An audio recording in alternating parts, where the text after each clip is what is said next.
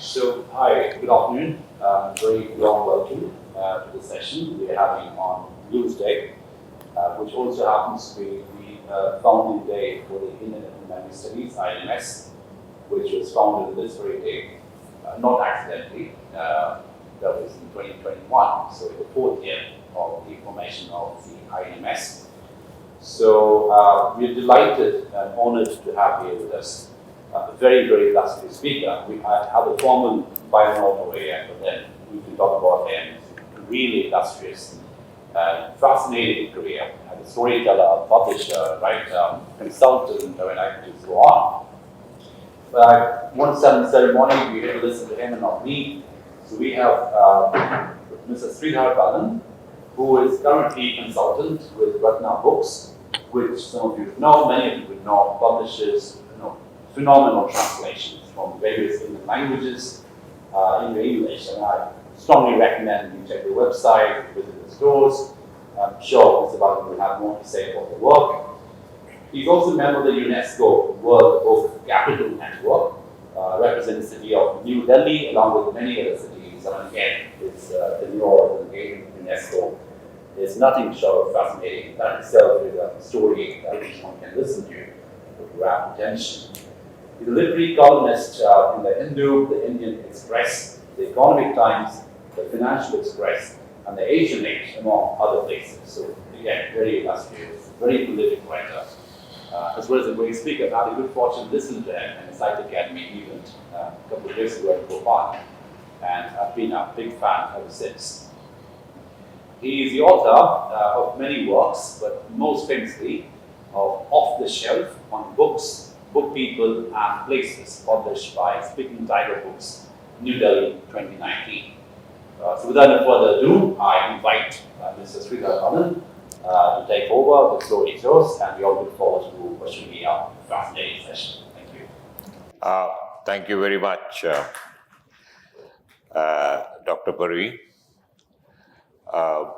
This is something that Abhishek and I have plotted for some time to actually make the logistics of this event possible. It was important for me to move from Delhi. So Delhi as a distance is rather far away from Chennai, so it had to wait till I came to Bangalore and for a visit, and it is from Bangalore that I'm coming to Chennai.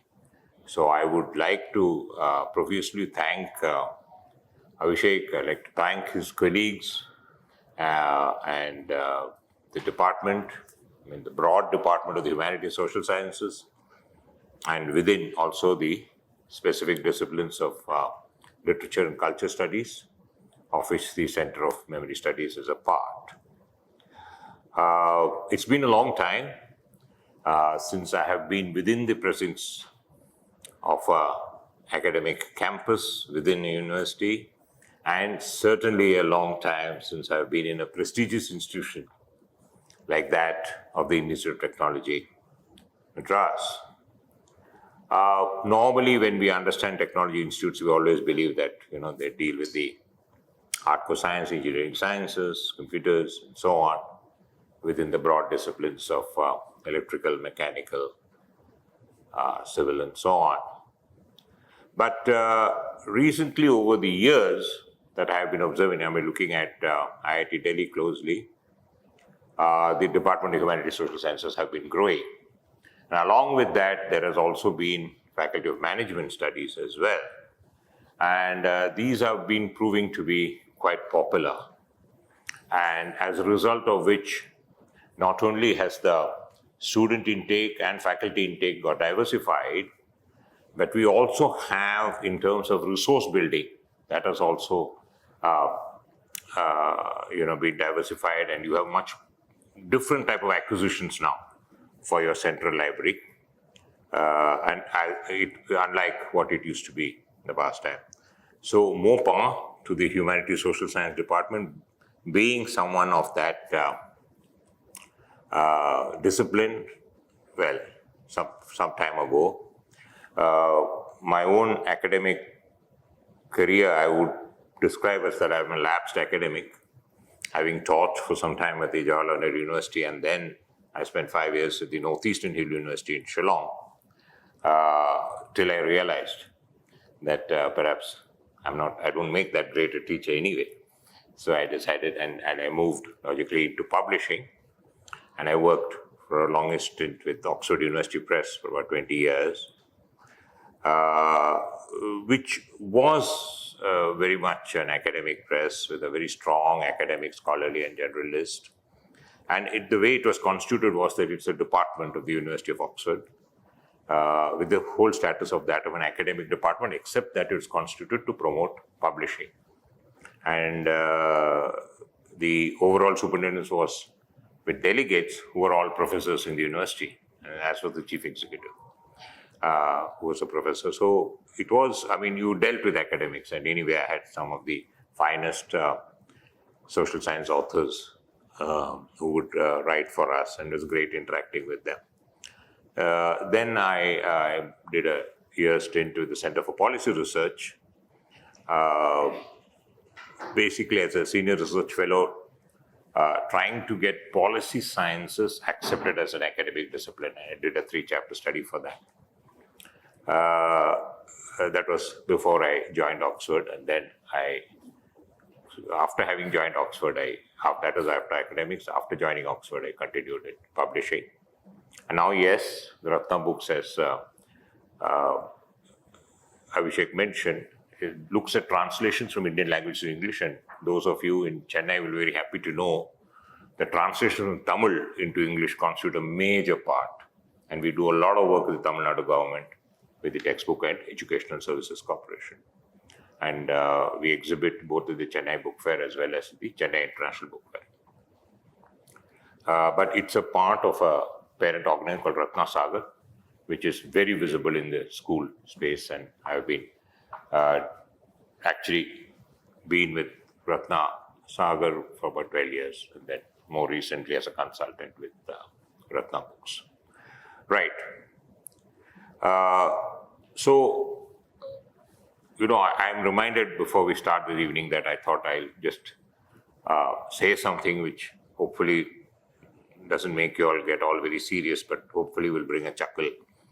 And it's something that my friend and author Kaushik Basu was the former chief economic advisor, Government of India, and earlier was the chief economist at the World Bank, a good friend, and teaches economics at Cornell. He used to always say that it was a kind of what he called a story that could well serve as an icebreaker. And because not that Kaushik was ever at a loss for words, Kaushik, the words roll naturally. And the book in which he has incorporated this very short story is called A Policymaker's Journal. And among all the things that Abhishek has mentioned that you all ought to read, Policymaker's Journal is something that I would urge you very much. Those were set in the policy years when he was the chief economic advisor, interspersed with, of course, his years in Washington as the chief economist of the World Bank.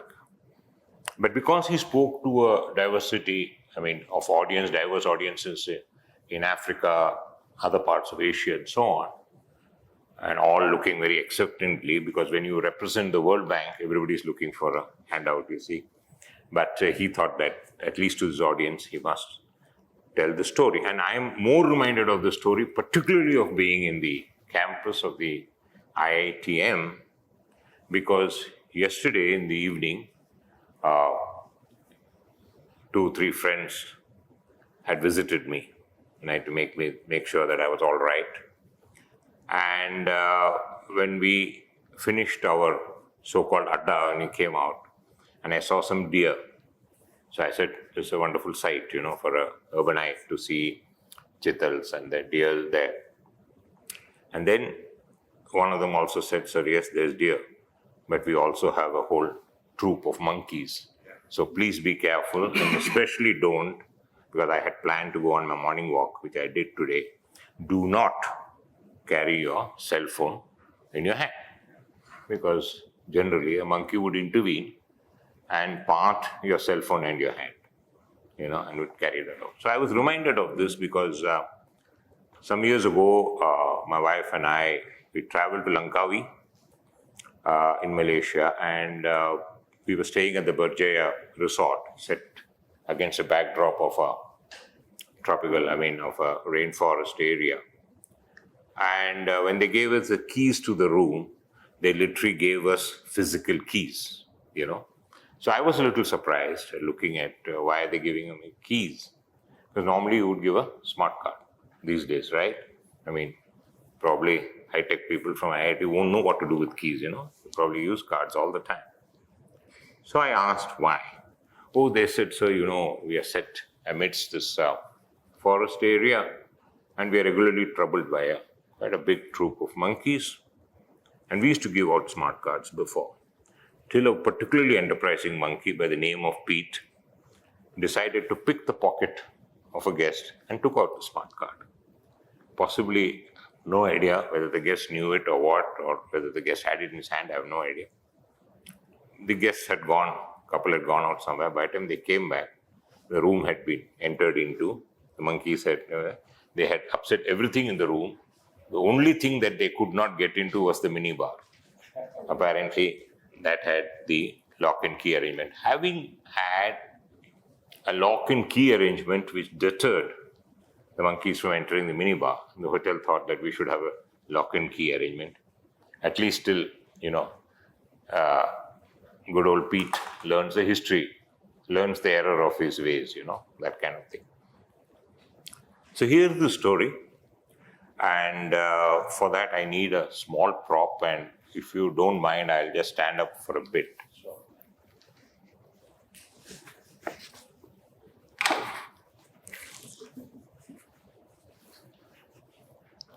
Kaushik mentions that there was once a hat maker who lived in a village far away.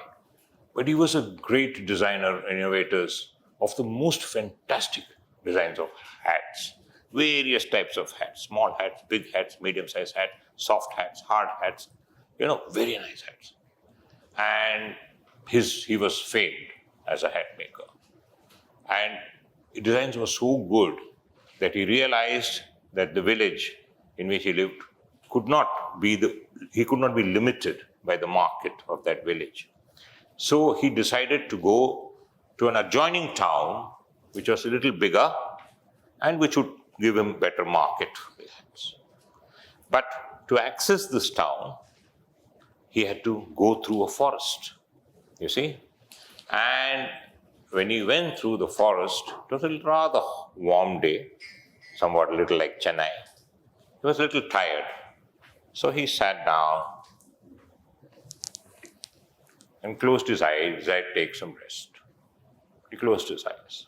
After a brief moment of rest, when he opened his eyes, he found that there was a troop of monkeys on the trees adjoining. His bag of hats, which he had kept on the side, had been opened. All these monkeys had taken a cap each, and they were all merrily wearing hats. All the monkeys on trees.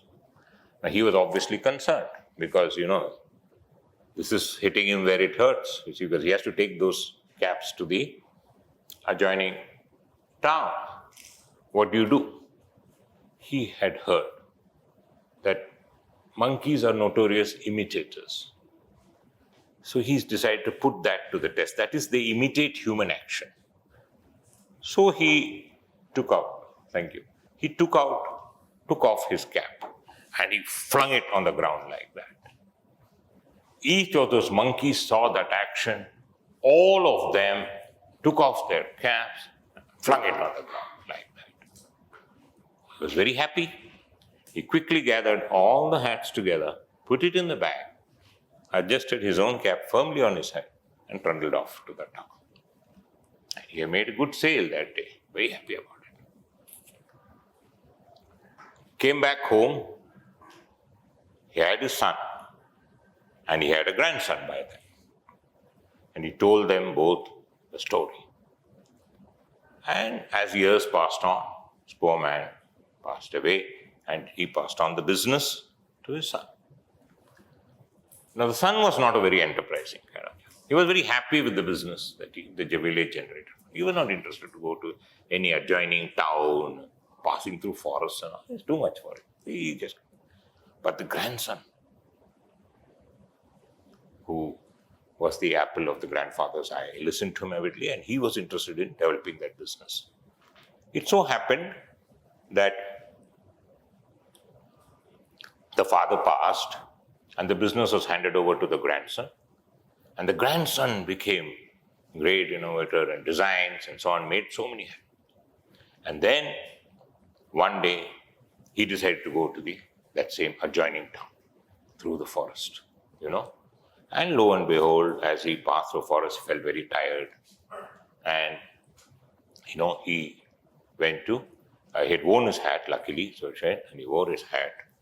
And he also put his bag of hats on the ground over there, leaned back, and went to sleep. When he opened his eyes, he found that another troop of monkeys had come, opened the bag, taken all the hats, and put it firmly on their head, except for one monkey. And so he said, I remember what my grandfather had told me. So he took his hat off and flung it on the ground like that and looked up expectantly. Not a single monkey took off its cap and flung it on the ground. He was greatly concerned that one monkey, solitary monkey, which is not wearing a hat, came down and picked up his hat, adjusted it firmly on its head, gave him one tight slap, and said, "Do you think only you had a grandfather?" So that was Kaushik's story, a wonderful weaver of stories, a great raconteur. There are some stories that he narrates about his professor and his PhD supervisor, Amartya Sen, which are really worth recalling. So, Abhishek described me as a storyteller, and some of us are good at telling stories, very tall ones, and some of us are not so. But what happens if you have to tell a story, and as I said, your life hangs in the balance? Such a dilemma confronted Scheherazade, who's associated as having narrated the stories which constitute the body of work which we call the Arabian Nights. What is that story? Is that the Arabian Nights comprise of stories because here was the Sultan who had been betrayed by his wife, and as a kind of a revenge, he decided that he would spend one night with all the beautiful women in the land, young girls who had not been married, and that their life would be short-lived because the next day they would have to be put to death. Right? It was autocratic regime. He could do as he pleased, and he thought that was his revenge because he hated all womankind. Now, it was the duty of the Grand Vizier, who was the principal nobleman, to put, very unfortunate thing, to put these women to death. And one by one, many of these women are put to death till, he also knows that he has his daughter, and his daughter is Scheherazade, and she has to be one day. And obviously we cannot but think that he must have used some influence to ensure that Scheherazade's number doesn't come up, for some time. But one day it would, and that troubled him greatly. Till, lo and behold, Scheherazade offered that she would volunteer and go to the Sultan's palace and spend the night. The vizier was shocked. The father must have tried every way to dissuade her. But Scheherazade said no. did she have a strategy? One thing is very clear, she wanted to save all her friends from this fate. But whether she had a pre-planned strategy, my kind of reading or my research, and I've written about this, allows me to believe that the strategy was something that was actually devised in a much more immediate sense. Because when Shahrazad went to the Sultan's palace, the Sultan also graciously allowed her sister, her younger sister, Dinazad, to also accompany her, and she would sleep in an alcove by the side. It was the sister's request to hear a story from Shahrazad that started Shahrazad on this story-telling mode. And Shahrazad, you must understand, is our first concept or an image of what we call a bookish heroine. She's a protagonist, a bookish heroine. Why do I say that? Because Shahrazad was extremely well read. Her father, the Grand Vizier, had the most extensive libraries on all kinds of subjects: history, philosophy, the arts, even medicine. And Shahrazad devoured them all. Why do I say again bookish heroine? Because it was not expected, definitely not expected, that women should read. It was not expected that women be allowed to read. It was definitely not foreseen that women, as a consequence of reading, would articulate their knowledge, would articulate that. And therefore, throughout history, you must understand that we say of all so many rights that have been denied to women, including, as you know, the right to participate in elections and to vote, which they had to be fought for, and the right for equal status continues even today. Please remember one more right that they had been denied and which has been granted to them was the right to read. And there is so many examples that I can give you, because if you have a stratified society, unequal society, I mean, when you have a slave society, slaves are not allowed to read. Why? What is it that we fear? Because through the act of reading, it can give us ideas. If it triggers off ideas, it will trigger off independent thinking. We can't have people thinking independently. You see, this is the point, and therefore it may sound strange to you, because in academic environment, we want as teachers to help me think independently. But there it was not, because otherwise the social balance would be disturbed in a stratified society, and therefore, but she was well read. So she hit upon the strategy of telling a story each night to the Sultan. The Sultan loved stories. But she wove the story so well that even if she had, because if she ends that story, then the night would be over and the next day she would have to be put to death. So what she did was, the ending of the story was such that it continued and flowed into the next. So the story never ended. The story never ended.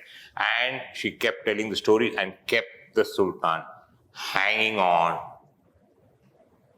to her every word and waiting for the next story, the next story. When is she going on? This is a fantastic relationship that always develops, and that is the fervent wish of all storytellers, including writers, that you must hang on. You must be entranced. See, you must be totally bewitched by the words, you see. And that is what, Shahrazad was able to weave, a total tapestry magic. And when you look at the sweep of the Arabian Nights, I'm sure, I hope that there is a copy in the library, when you see the sweep, there are all kinds of elements that come in. There is magic, there are jinns, there's music, there's festival, there's dance, there's all kinds of things happening, There are animals, there are talking birds, all kinds of things, there's whole tapestry. And so she's able to do this for 1,001 nights. And that is why the Arabian Nights are called otherwise 1,001 Nights. For 1,001 nights, she's able to keep the Sultan entrance, and this is something which is absolutely remarkable. And the only way that this can be done is by extensive reading and also internalizing that, committing it to memory, and that is where, memory comes in. In fact, back in the days, if you look at the way writing started, the history of writing, and if you look at it anywhere, whether you the starting point is Sumeria, and then to Mesopotamia, and then to Egypt, and as you know, you have the cuneiform alphabet, and you can see that sample. If you travel to Egypt, there was a pharaoh by the name of Thought, and the people rushed to him to tell him of this new invention.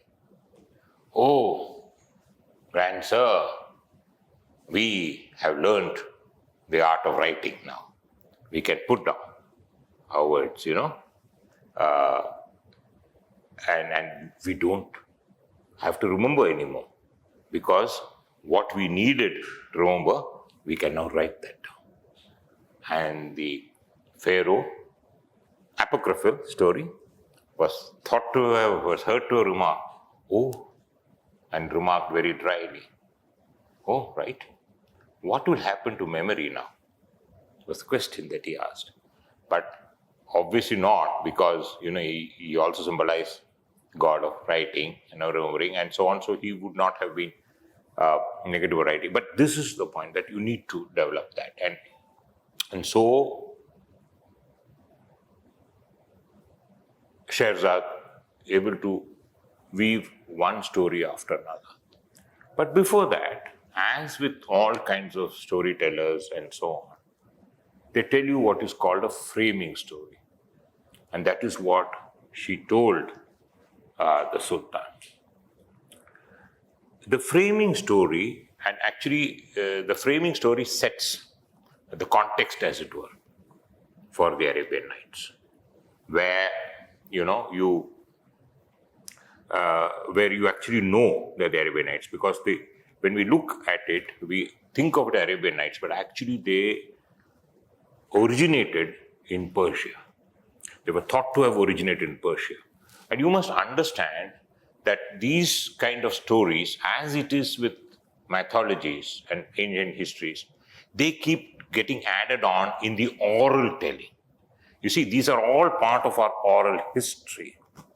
And actually, the only evidence that we had, very strange, the only evidence that we had that the Arabian Night stories were ever written down is that we have recovered the back in a lawyer's chamber, a legal agreement.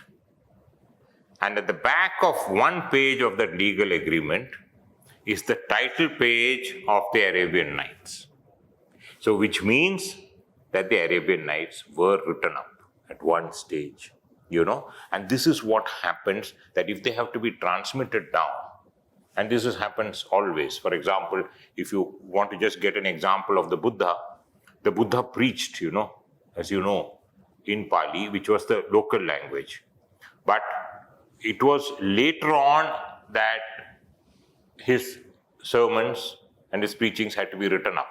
Because after Buddha's time, how will the followers be able to? So that is how that body of work comes written on. And thereby there is also, and remember one thing, that in oral history, in the telling and the retelling, there is always mediation. There is always change. That is implicit. So here is Scheherazade telling us about the framing story.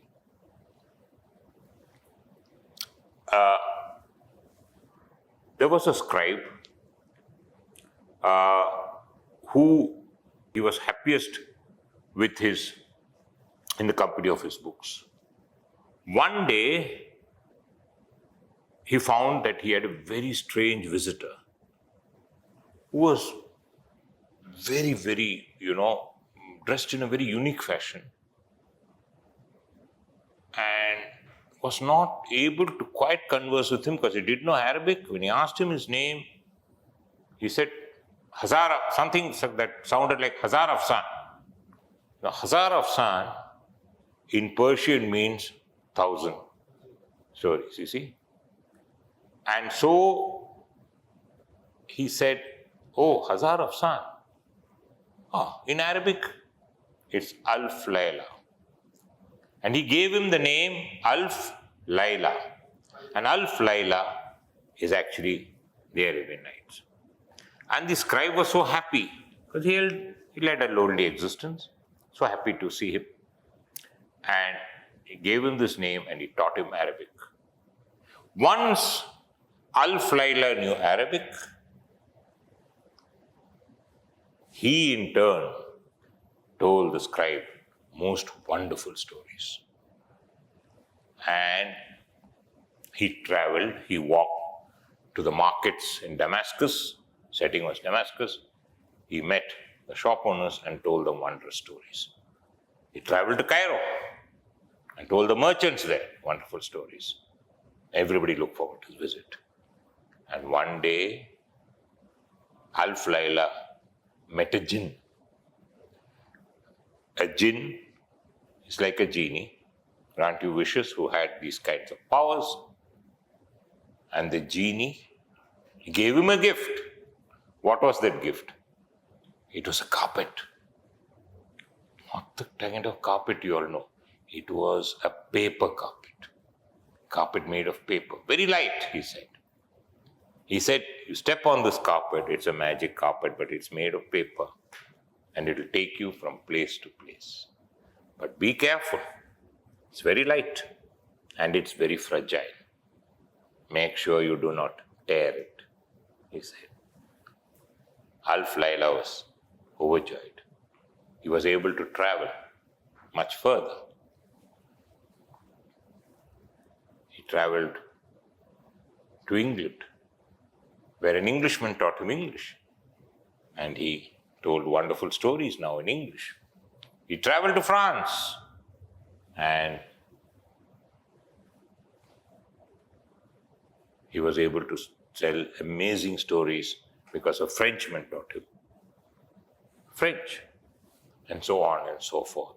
Not subject to age, Alf Layla and the carpet lived for centuries. This is the framing story. Till, as time passed, people got very curious and they wanted to know, who are you, Alf Layla?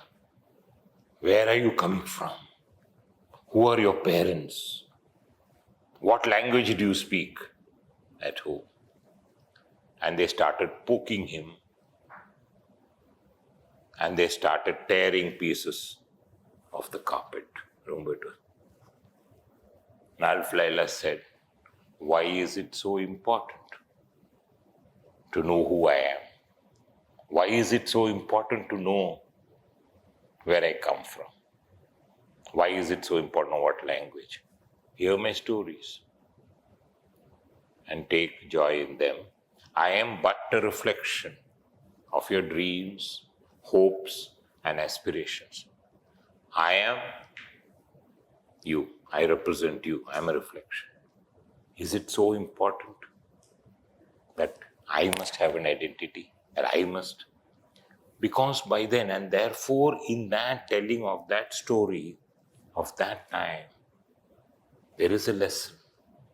Because we are now moving from the category of general to the category of particular.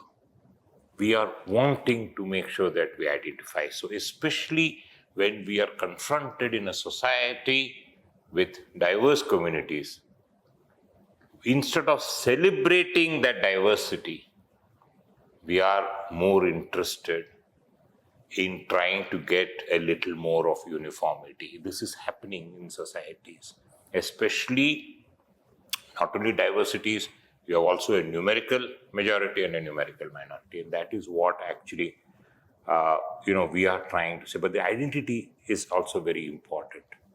Professor Amartya Sen wrote a book called Reason Before Identity. And it was something that I had read because he had written about an experience that he had. And it so happened that I had to meet him in Delhi because we were just publishing Hunger and Public Action, which was a sequel of a book that he had worked, a project he worked with Jean Reyes called The Political Economy of Hunger. So Hunger and Public Action was launching it at the INMS Center. And it just so happened that we were having lunch with Amartya at the IIC, and we were the hosts. So normally Amartya stays mostly in the Taj Hotel in Delhi, and because we were booking, we said we'll book him. He agreed to the India Center. The only one request he made was that the India Center has a few rooms which kind of are like kind of semi suites. So basically you have a curtain which divides the bedroom from the drawing room, and he said, I would like to have one of those rooms if possible. So obviously we had to make it possible. So the office booked, and obviously there was an indifferent clerk manning the desk, and he said, room khali hai to mil jayega, type of thing. So managing director, anyway, I was going there for lunch, so he said, can you just go a little earlier and just ensure that he gets that room? So I happened to request them, and of course, immediately the general manager came of the IIC, and since they knew that it was Amartya Sen, of course, they made that room available. So I happened I had to wait for him. And Amartya was in an interview with Karan Thapar, and then he came, and he was a little surprised to see me as a part of the welcoming thing. He said, what are you doing here? So I said, no, I'm supposed to ensure that you get your room. Oh, asked you to do that, is it?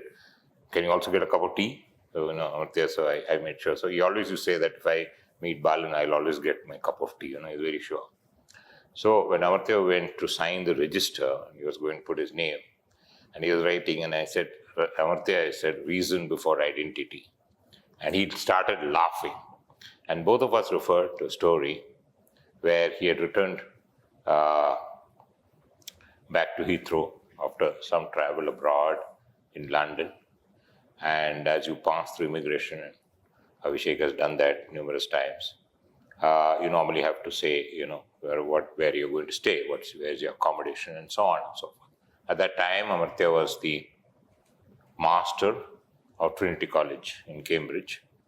And so, nonchalantly, he wrote Amartya Sen, care of the Master's Lodge, Trinity College, University of Cambridge, and gave it to the immigration officer or something. So when he saw this address, his eyebrows, you can typically picture that, raised eyebrows. Oh, Master's Lodge, Trinity College, University of Cambridge. Are you by any chance a friend of the Master? He asked. So Amartya, deprecatingly, self-deprecatingly said, no, I am the Master. Oh, the guy was taken aback and gone. Amartya, in the car ride back to Cambridge, he said, my identity. And he said, they asked me, are you by any chance friend of the Master? But I am the Master, so can I be friends with myself? And then he started actually ruminating on this reason by identity. And when I was relating the story at a British Council event, the director of the British Council, then director, said, how do you expect the immigration officer to know that Amartya Professor Sen was the Master of Trinity? I said, no, I did not. But I said, that was actually not the point. The point was the incredibility that, that somebody, because that could be. And that was actually the problem, because by then, in the UK, as Abhishek very well knows, we have had a lot of, ethnically very different people in academic positions. I.G. Patel had already become director after he took over from Darendorf of the London School of Economics and Politics. We have had Bhikkhu Parikh. We have had so many other academics, and SOAS was full of them, and others. So they have all been transiting through Heathrow. At some stage or the other, immigration officers have to need to get sensitized. And that is happening on both sides of the pond, as it were, in the United States as well. Anyway, so this particular aspect is important. And Sherzad tells these stories, and these stories, because there are, as these stories grow in volume, they are contributed to because these stories are carried by travelers all over the world, and they keep getting added. So there is an Indian contribution too to the Arabian Nights. And, you have a situation where, you have Indian contributions like from the Jataka tales and from Vikram Betal. Plus, India has contributed to the printing of the Arabian Nights. There were 2 sets of the Arabian Nights, 2 editions printed in Calcutta, and including the Richard Burton translation and so on. But I will now need to leave this because time is coming and I need to complete some other thing. But I will come back to Sherzad. Anyway, I'll quickly conclude by saying the thing happy. I mean, Sherzad's life was spared.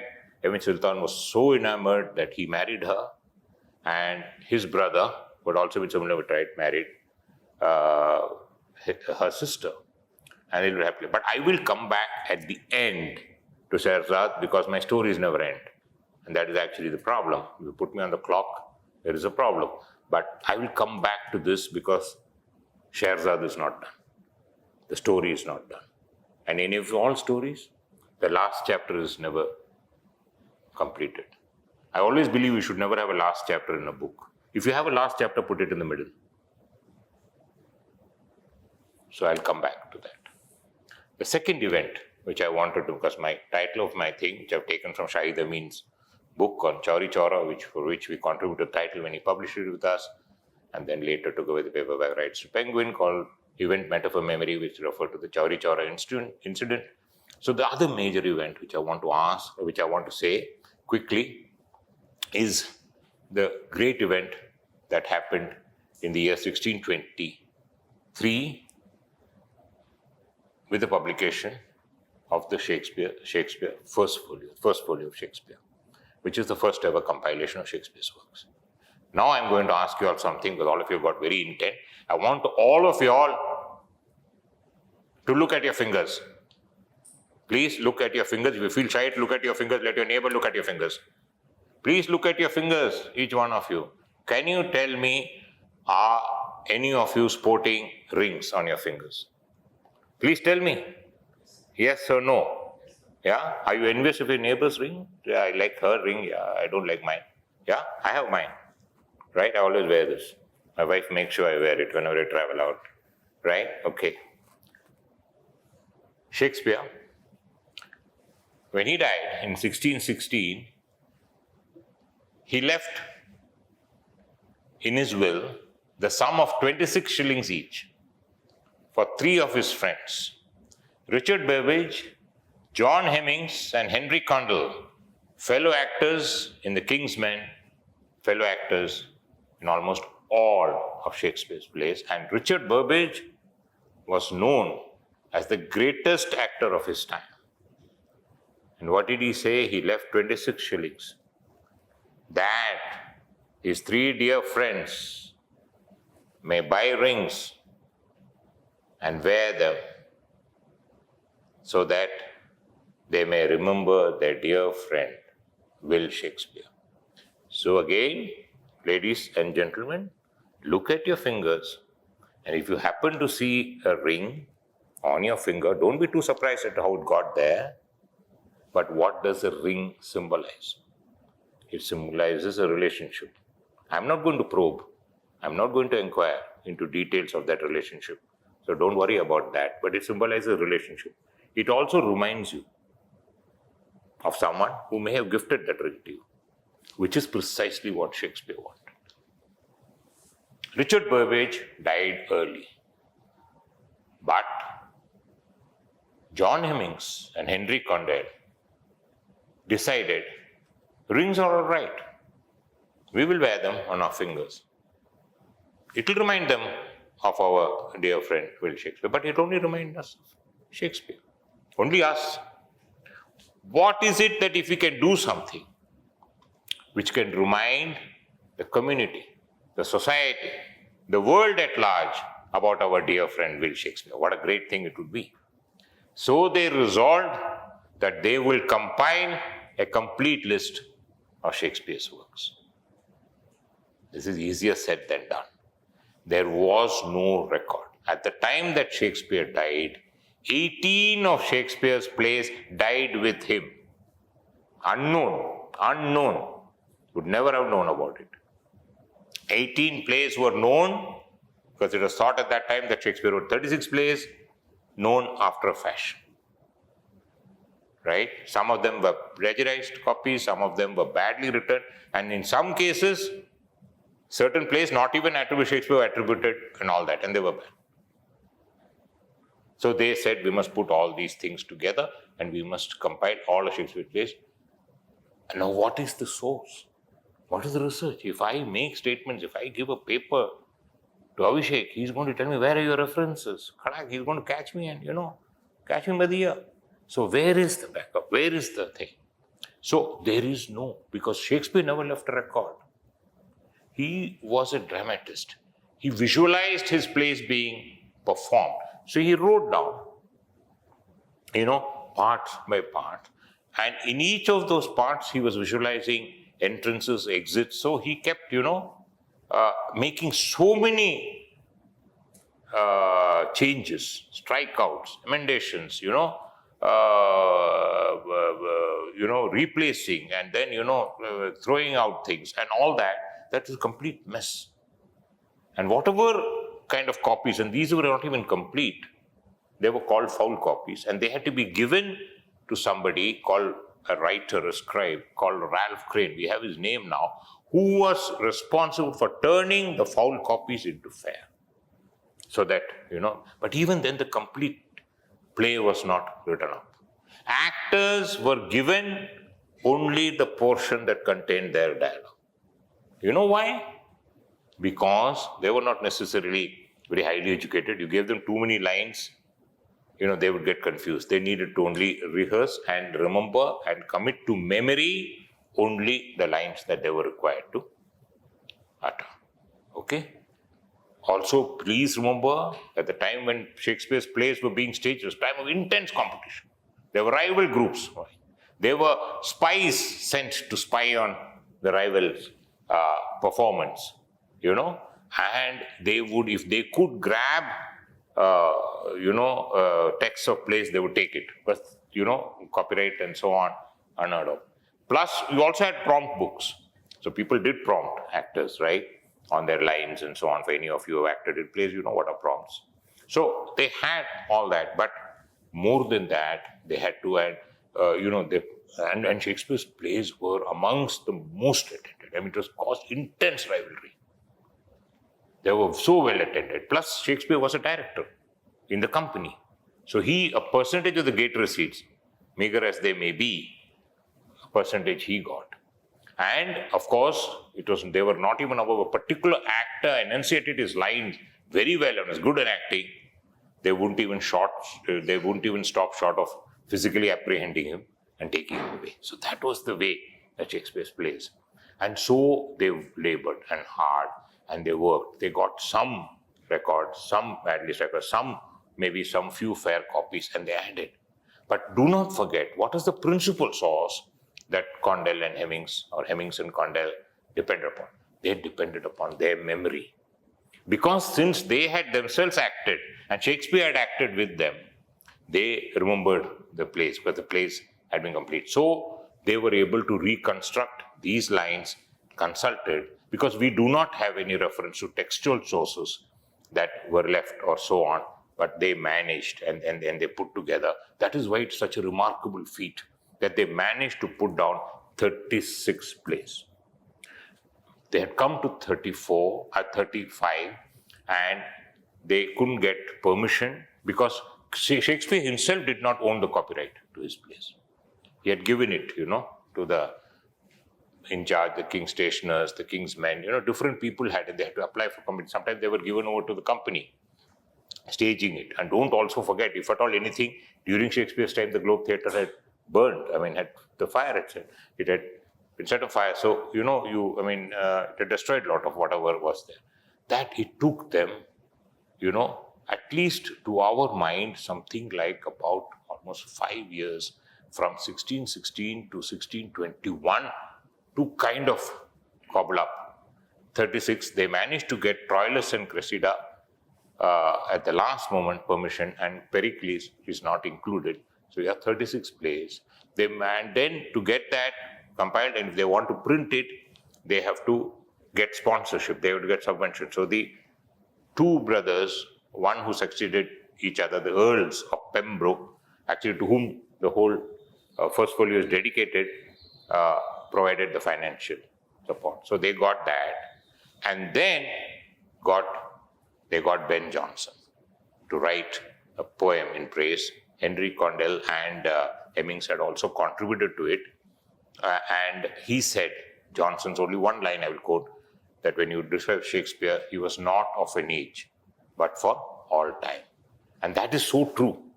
When I look at some poor school children having to swat at Shakespeare plays, you know that, they will say, why the hell did Johnson have to say that?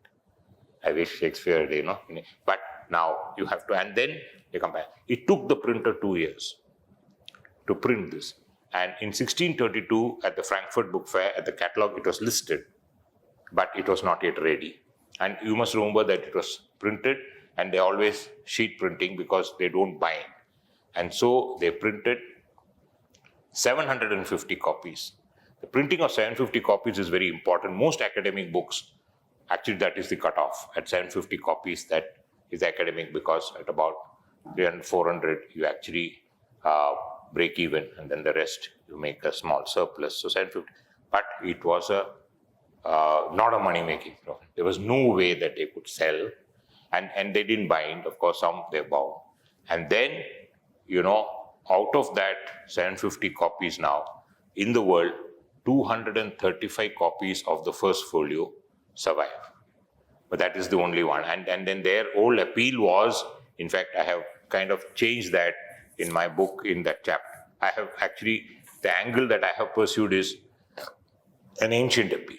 The appeal by John Hemmings and Condell was that they also included a portrait of Shakespeare. How that portrait also came to be done, the Shakespeare, the famous portrait, it was an engraver, Flemish engraver called Martin Rozout who did that, and there was no photographs. So based on a description, he did that portrait, and they said, you gaze at it, you read his plays, you take issue with them, you don't agree with some of the things Shakespeare says, but whatever you do, they said, please buy.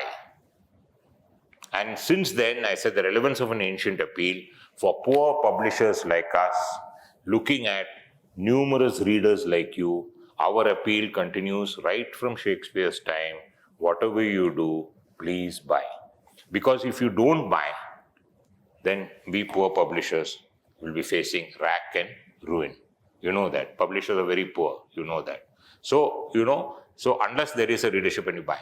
So eventually, 235 copies survive. 82 of them are in the Folger Shakespeare Library in Washington. How Henry Folger collected those is a subject for another, easily an hour lecture, which I'm not going to enter into now. It's a brilliant, and how Sarabri carried. There are few copies left in England. England has lost Major de Support, which included Baudelaire and included that. And now we conclude with, and I'm going to now start ending. We conclude with first connection as to one major, very important source, where the first folio, Shakespeare's first folio, and that was in Durham. There is a very famous library, the University of Durham, which Abhishek knows very well, called the Curzon Library, a library owned by Bishop Curzon. And Bishop Curzon was one of the first to buy a copy of the Shakespeare's first folio in the 1620s, which means 1623 it was published, which means soon after that, in a few years, we don't have the exact date. It was a pride of place it held, and it was stolen from Durham in 1998. And in 2010, it was recovered from the Folger Shakespeare Library with its cover missing and its binding torn. Because provenance was established, it was indeed the first folio, and it was the one that belonged to the University of Durham because Bishop Cosset had given his entire collection to the university. He was another brilliant collector, much like Bishop Heber, which is a name that you all will know here, and his brother was one of the finest collectors of books. So it came back. And this year, we have a very enterprising librarian in Durham. His name is Stuart Hunt. And he has mounted an exhibition. And I always believe how innovative you can be in the midst of adversity. So they have a special exhibition of this particular Shakespeare folio. And they have an interactive kind of a quiz, an interactive session for which you can actually register. The exhibition is free. It runs from April through to September. Abhishek still might make it to Durham. And you actually get much more information about how Stuart is just amazing. About the first folio, you get the binding. You get the idea of how it was bound, how it was printed, because you must remember this was the early years of printing, mid-15th century, Gutenberg invented movable type and so on.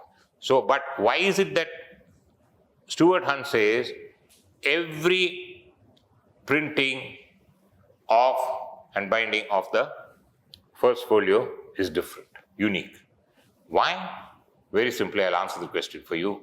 Because at that time, books were printed in sheets. They were bound only on demand, and you could have a selection of what type of binding you wanted. You wanted vellum, you wanted parchment, you wanted whatever, leather, you wanted whatever type of binding you wanted. So therefore, you can actually see that that's where he says. That's the last. And last, I will tell you, is the story of Sherzad. I'll come back, and this is I'm concluding literally in 2 minutes now, the umpteenth time, as Abhishek looked at his watch. Now, Sherzad is well married, much married to the Sultan, very happy. They have 3 children. The eldest son, Amin, the prince's name is Feroz, and a younger son called Qadir. But the whole palace is plunged into sorrow because Sherzad is dying. And a sorrowful Sultan is at her bedside. And Sherzad says, "Do not grieve, my Sultan, but could you please summon the children?" And the children come to her very sorrowfully. And she says, "Dear children, I want you to do one last thing so that I can go the way I want to. And the things that I hold dear in the telling of stories, narrating of stories, enjoy, that can be continued."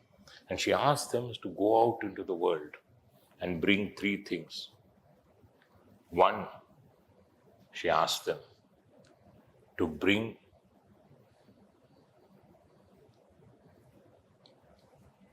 a book from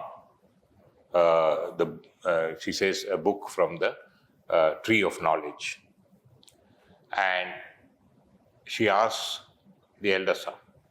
The middle, the daughter, she asks her to bring the sap, the stickly product of yet another tree in the forest of Eden. And the third, the youngest son, she asks him to bring a feather from a bird that is very difficult, very rare to sight. The 3 children go out puzzled by this request, face numerous hardships. After 40 days, they return. And they come back and they give her all these. And the elder son, Amin, tells her, "Dear mother, I'm puzzled, but it's empty. The pages are blank." And so the other children The daughter says, I brought this sap. What can sap do? And then this youngest Kadir also brings the feather. She says, now I will tell you. She says, the book is nothing but blank pages. And right, the sap is the ink. And this feather is the pen. The tradition of story writing and storytelling will continue as long as these are there. Once these are there and it continues, she says, I may not be there, Sherzad may not be there, and the children understand, but the tradition and the acts of storytelling will continue. And that is how Sherzad passes. And I will conclude with one line. Sharjah was designated as UNESCO World Book Capital in 2019. At their closing ceremony, they enacted this particular scene from the Arabian Nights, and it was called The Last Chapter. It was a fantastic spectacle of the Arabian Nights with Circle du Soleil acrobats. And as the UNESCO Global Coordinator told us, asked us not to repeat that performance because they had brought horses, live horses on stage. And I said the only way that we can up the ante, as it were, in India is we need to get elephants on stage. Thank you so much. It was so wonderful talking to you.